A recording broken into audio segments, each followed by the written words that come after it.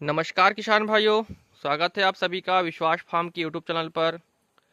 किसान भाइयों, आज मैं आप लोगों को एक बहुत ही महत्वपूर्ण जानकारी देने वाला हूं और नर्सरी के बारे में भी बात करने वाला हूं और खेती के बारे में भी।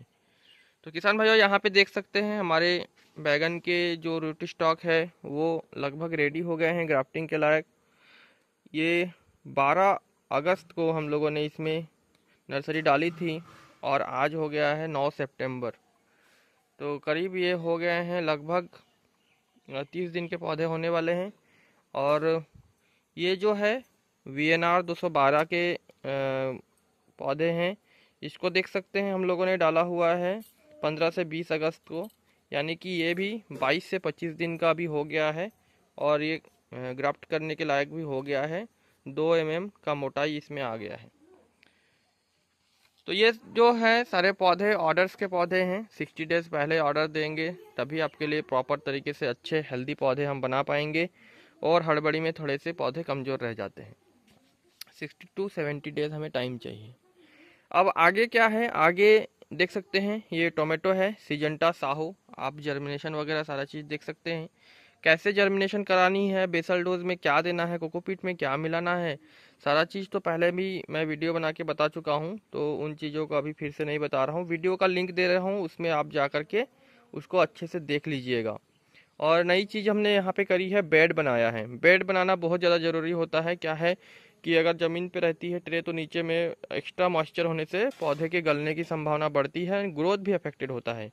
इसमें क्या है, नीचे से भी पूरी तरीके से वाटर ड्रेनेज है। आप यहाँ पे देख सकते हैं कि जो भी एक्स्ट्रा पानी है इसमें से निकल जाएगा, जिससे नर्सरी में किसी भी प्रकार के डंपिंग ऑफ के चांसेस बहुत कम हो जाएंगे।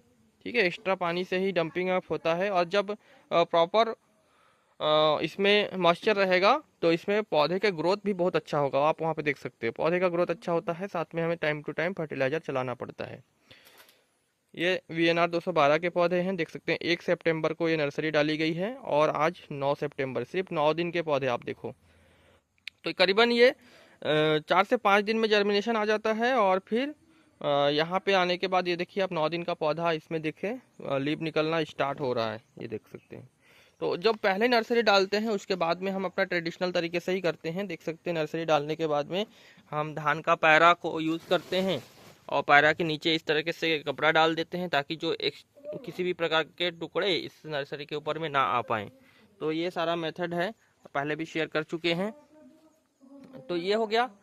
अभी कुछ कुछ बहुत ही नई नई वैरायटीज़ भी किसान भाइयों के द्वारा ऑर्डर किए जा रहे हैं। ये देख सकते हैं, ये जो है धरती सीड का जुम्बा, ये वैरायटी है, हमारे किसान भाई ने ऑर्डर किया हुआ है। और ये नर्सरी भी डली हुई है 1 सितंबर को और आज है 9 सितंबर। तो ये भी देख सकते हैं 8 दिन में पौधे इनके भी काफ़ी बढ़िया ग्रोथ पे है। और ये जो ऑर्डर्स है ना, ये उन किसान भाइयों के हैं जिनके पौधे वील्ड से मरे हैं। उनका एक्सपीरियंस ख़राब रहा ग्राफ्टेड को लेकर के, क्योंकि उन्होंने काफ़ी अच्छी नर्सरियों से, नामी नर्सरियों से पौधे लिए थे, फिर भी उनका पौधा डेड हो गया। और उसके बाद उन्होंने हमें ये ऑर्डर दिया है। और उनका फर्स्ट ऑर्डर है कि अगर हमारा प्रोडक्ट उनको, हमारा पौधा नहीं मरता है वील्ड से, तब जा कर के वो बड़े लेवल पे और भी ऑर्डर देंगे। तो ये जो हमारे पौधे हैं, आप लोग पिछले समय से भी वीडियो में देख रहे हैं, सारे विल्ट रेजिस्टेंट होते हैं और हम खुद इसके ऊपर प्रैक्टिकल कर चुके हैं। अब एक चीज़ और आ जाती है कि बहुत सारे नए किसान भाई हैं जो खेती करना चाहेंगे। बैगन का, ग्राफ्टेड बैगन और चिली, टोमेटो, शिमला मिर्ची, ये तीनों चारों वैरायटी हो जाएंगी। तो इसके लिए हमने ये PDF बनाया हुआ है, आप ये देख सकते हैं। PDF पूरा प्रिंटेड फॉर्म में है। ये वाला जो है बैगन से खेती के रिलेटेड है पूरा। अब तक का मेरा खेती का जितना एक्सपीरियंस है पूरा इसमें अटैच किया हूँ। और ये वाला टोमेटो खेती से रिलेटेड है। बहुत सारे किसान भाई टोमेटो खेती करते हैं और उनके सारे कुछ सवालों के जवाब इसमें हैं। और इस PDF की खासियत ये है कि इसमें डे 1 से लेकर के आपके क्रॉप के लास्ट डेट तक का जो भी फर्टिगेशन चाहिए, जो भी इंसेक्टिसाइड चाहिए, सारी चीज़ें इसमें मेंटेन किए हैं। सारी चीज़ों को अच्छे से प्रॉपर वे से मैनेज किए हैं। मैं थोड़ा सा आपको इसको दिखा देता हूँ ये किस तरीके से है। ये तो फ्रंट पेज है। इसके अंदर में आएंगे तो यहाँ पे विशेषकर हमने बेसल डोज के बारे में रिकमेंड किया है। सबसे बड़ी गलती किसान भाई हम लोग करते हैं कि हम जो है गोबर का खाद नहीं डालते हैं, कमी हो जाती है गोबर की खाद की। मेन रिकमेंड होता है 5 से 10 ट्रॉली गोबर की खाद आपको 1 एकड़ में जाना चाहिए। लास्ट जुताई में आप डालिए, या तो आप बेसल में डालिए जब आप उसकी बेड बना रहे हो, आप पावर वीडर से बनाओ या जैसे भी बनाओ, या तो कुदाल से उसको अच्छे से मिक्स कर देना है, ये रिकमेंडेशन है। उसके बाद में आपको मल्टी माइक्रो न्यूट्रिएंट यूज़ करना है, जिसमें 9 से 10 प्रकार की मल्टी माइक्रो न्यूट्रिएंट होती हैं। इसमें आपका मल्टीप्लेक्स का कॉम्बो किट आता है, फिर डीएपी, फिर पॉलीसल्फेट, ये सब यूज़ करनी है बेसल डोज में। तो ये जो है मिट्टी की जो न्यूट्रिशंस हैं उसको पूरी तरीके से कवर करेंगी। फिर पौधे में जो है पीलापन आना, फिर मोजैक होना, फिर छोटी पत्ती वाली बीमारी, बहुत सारी चीज़ों को कंट्रोल करेगा। क्योंकि मेन जो है न्यूट्रिशन लेवल है। अगर आपकी मिट्टी में ऑर्गेनिक कार्बन और न्यूट्रिशन की कमी है, तभी जा कर के पौधों में बहुत सारी बीमारियां देखने को मिलती है। और अगर पौधे मतलब मिट्टी में अगर बहुत अच्छा न्यूट्रिशन है तो पौधे बहुत ही ज़्यादा हेल्दी होते हैं, हमें ज़्यादा एफर्ट करने की ज़रूरत नहीं है। तो मिट्टी का कंडीशन ख़राब होगा तो पौधे ज़्यादा ख़राब होंगे और दिक्कतें होंगी। उसके बाद में नर्सरी भी आपको अच्छी जगह से लेना है, कितनी दूरी पे क्या लगाना है, ये सारी चीज़ें दिए हैं। और इसमें आगे चल के जैसे कि ये फर्स्ट डे हो गया रोपाई के दिन, यहाँ से लेकर के ये आ गया रोपाई के दिन के यहाँ पे आप दिनांक, यहाँ पे मैं जगह दिया हूँ, इसमें आप डेट लिखोगे। जिस दिन पे आप प्लांट की रोपाई कर रहे हैं ना, उस दिन का डेट आप लिखोगे। उसके बाद में दूसरे दिन, उसके बाद के दिन का फिर से आप डेट लिखोगे। हर जगह पे डेट दिया गया है, ये देख सकते हैं।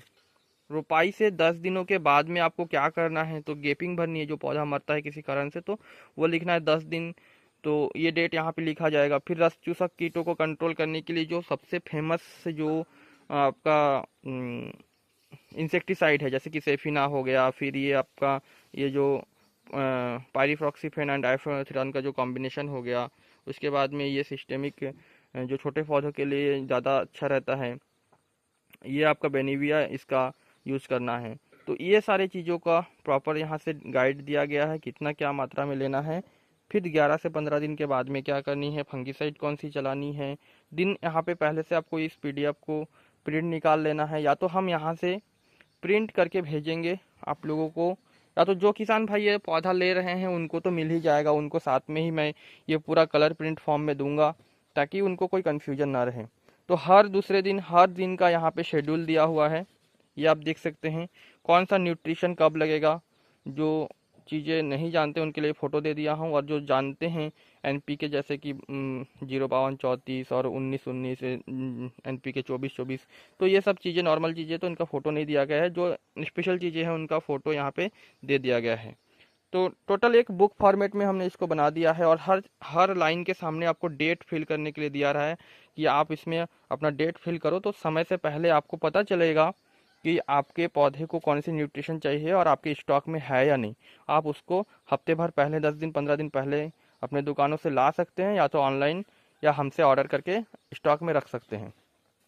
ठीक है, सारी चीज़ों को यहाँ पे मैं अपने एक्सपीरियंस के अनुसार इल्ली के लिए कंट्रोल करने के लिए, फंगस कंट्रोल करने के लिए सारी चीज़ें बता दिया हूँ।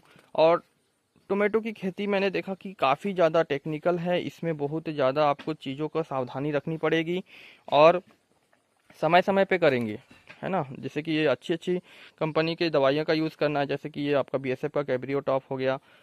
और वैसे तो दवाइयाँ बहुत ज़्यादा हैं, बहुत ही अच्छी अच्छी दवाइयाँ और आ गई हैं, लेकिन बेसिक जो चाहिए हमको प्लांट के फ्लावर्स रोकने के लिए प्लानोफिक्स हो गया, फिर आपका ये फेंटेक प्लस हो गया। तो जो दवाइयाँ अच्छे से बेसिक काम करती हैं, ज़रूरी पड़ती हैं, उनको यहाँ पे अच्छे से एक्सप्लेन कर दिए हैं। ठीक है, प्रोडक्शन बढ़ाने के लिए, फ्लावरिंग वगैरह बढ़ाने के लिए आपको इसका यूज़ करना पड़ेगा, एम्बिशन का यूज़ करना पड़ेगा, बायर कंपनी का। ठीक है, तो किसान भाइयों ये जो सारी चीज़ें हैं यहाँ पे आप देख सकते हैं, और ये तो प्रिंट फॉर्म में देंगे ही। समय समय पे नीम ऑयल यूज़ करना है ताकि रेजिस्टेंट इसका बना रहे। सारा चीज़ को टाइप करके बनाने में, सारा चीज़ को अरेंज करने में काफ़ी समय लगा, काफ़ी मेहनत और अनुभव के बाद में ये कंप्लीट हमने ये छोटा सा डॉक्यूमेंट बना पाया है। किसान भाइयों को जो डेटा उनको मिलेगा परफेक्ट डेटा है। और इसके बावजूद भी अगर आपको कोई दिक्कत है तो यूट्यूब चैनल है हमारा, लिंक में इसमें जा कर के वीडियोज़ देखिएगा। और मकड़ी नाशक वगैरह समय पे चलानी है। तो ये 10 पेज का है अपना, लगभग 9 पेज का है, फ्रंट पेज के साथ में 10 पेज का ये जो अपना पीडीएफ है, ये जो अपना डॉक्यूमेंट है, इसमें सारी चीज़ों को हमने मेंटेन किया है। फसल चक्र कैसे, टमाटर के बाद में क्या क्या लेना है आपको, ज्वार बाजरा और मक्का, ये सारी चीज़ें दिया जाएगा। उसके बाद में फिर मिर्ची टमाटर वगैरह नहीं लगाना है एक बार जब आप लगाते हो तो इस तरीके का ये हो गया टोमेटो का। और उसी तरीके से यहाँ पे बैगन का भी है। बैगन में थोड़े से कम टेक्निकल लगते हैं क्योंकि बैगन एक स्ट्रांग प्लांट होता है। तो इसको भी हम लोगों ने जो अलग अलग न्यूट्रिशन रिक्वायरमेंट है उस हिसाब से इसको भी मॉडिफाई किए हैं।